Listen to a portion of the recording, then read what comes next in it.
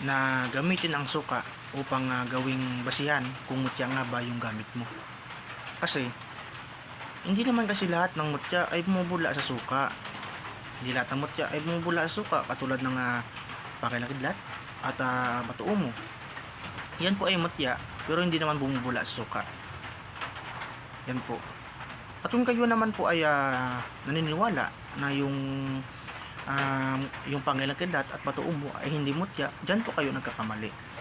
Dahil ang ibig sabihin ng mutya ay kakaiba, katangi-tangi at bihira lamang. Yan pong ibig sabihin ng mutya. At ang mutya po ay sinaunang lengguwahe na ginagamit ng ating mga ninuno upang ilarawan ang isang bagay na katangi-tangi, kakaiba at bihira lamang. Yan po. Katulad ng mga kadalagahan, yung mga magaganda, katangi-tangi, yung kanyang kutis, kakaiba sa iba at bihira lamang, ay tinatawag sila ng mutya. Tinatawag sila ng ating mga ninuno na mutya. Yan po. Yung maganda sa yung maganda sa unang panahon, yung mga magagandang babae, tinatawag pong mutya. Dahil po kakaiba at bihira lamang at katangi-tangi. Yan po yung ibig sabihin ng mutya. Uulitin ko, yung ibig sabihin ng mutya ay kakaiba, katangi-tangi at bihira lamang. O sa baga rare. Yan po yung ibig sabihin ng mutya.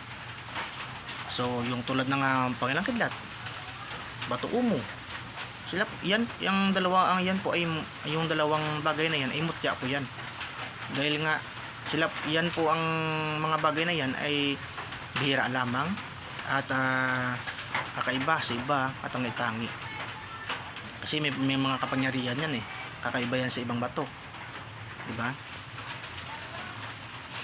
Katulad ng linta na naging bato, liso ng langka na naging bato, bunga ng sambag na naging bato,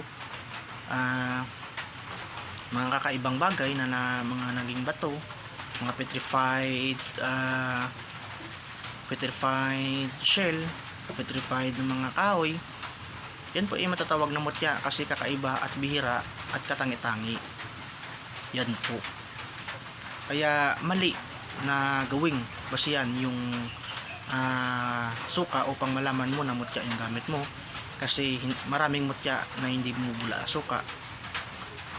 Yan po. At mali naman talaga na subukan mo pa yung mutya mo o ititesting mo pa yung mutya mo dahil sapat na yung experience mo kung paano mo yan nakuha. Tulad ng nagliliwanag, kasi yung ibang mutya nagliliwanag yan eh. Katulad ng yung mga milagro na hindi normal na mga bagay, tulad ng napanaginipan mo, napanaginipan mo mismo yung gabay, di ba? Yan po, yan lang po yung kung masabi na mali talaga, maling-mali na gamitin yung suka upang malaman mo na mutya yung gamit mo. Maling-mali na gamitin basihan yung suka. At hindi ko pa disclaimer lang po, hindi ko po sinasabi na lahat ng mutya na tinitesting sa suka ay piki, dahil meron naman talagang mutya na bumubula sa suka. Yun nga lang, kaso nga lang yung ibang mutya ay hindi bumubula sa suka. Yan po, kaya mali talaga. At marami namang paraan upang malaman mo yan. Kung talagang duda ka sa gamit mo, maraming paraan. Maghanap pa ng mga antingiros na may mga third eye, o sa baga may mga mataas na antas sa spiritual, ipaaurahan mo at